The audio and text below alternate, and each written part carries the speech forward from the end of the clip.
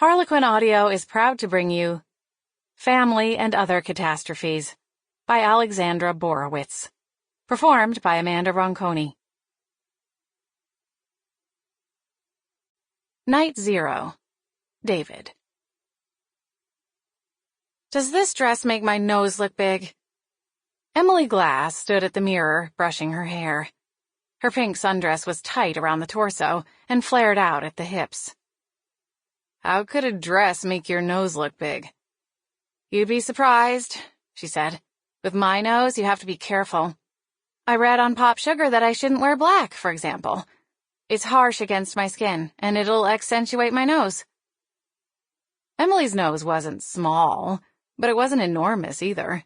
Long, prominent, but nothing anyone would point out unless she pointed it out first.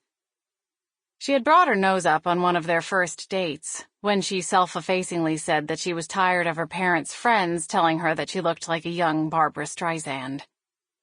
David hadn't thought to give the correct response.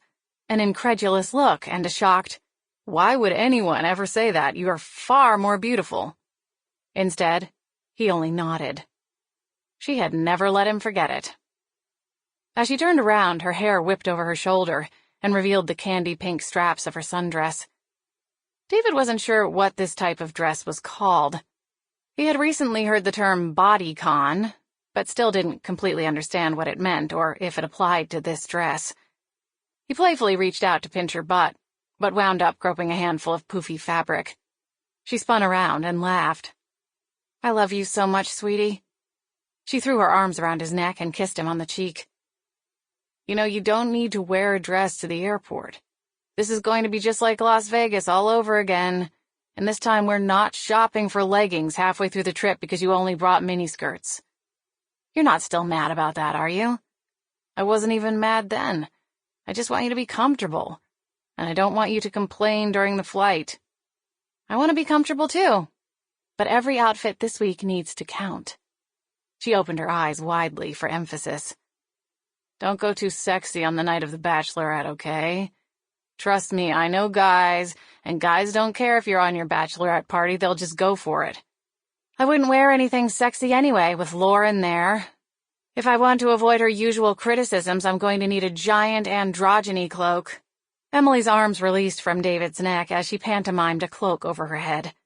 David laughed. "I don't understand why you think she's such a bitch. Lauren's always nice to me." "Because you aren't her sister. And you should hear the stuff she says about you behind your back." "What does she say?" She paused. "She thinks you're boring, and that you attempt to make up for it by projecting hegemonic masculinity. I disagree, obviously. But when she found out you played basketball in high school, she kept sending me all these articles about sexual assault and high school sports." "What the hell does hegemonic masculinity mean?" "I forgot you didn't major in something useless at college like I did. Let's put it this way. She's been engaged to an unemployed lumberjack with a neck tattoo for 10 years. If she doesn't like you, it's probably a good thing. But I want your family to like me."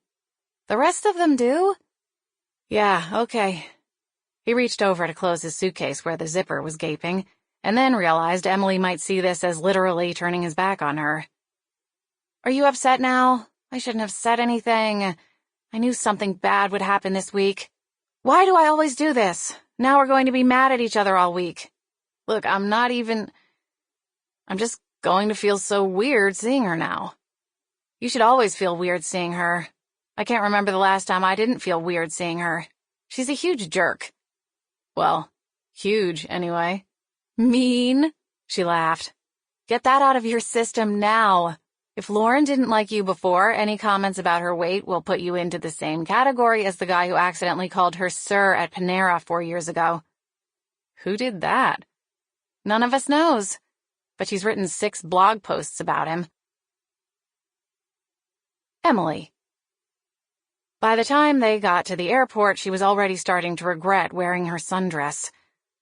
So many women managed to look chic at airports, and she didn't understand why she couldn't be one of them. She saw a 6-foot-tall Latina woman in leather leggings and a simple black blazer, her highlighted hair barrel-curled and cascading down her back. She was standing at the ticket kiosk with a sleek Sample complete. Ready to continue?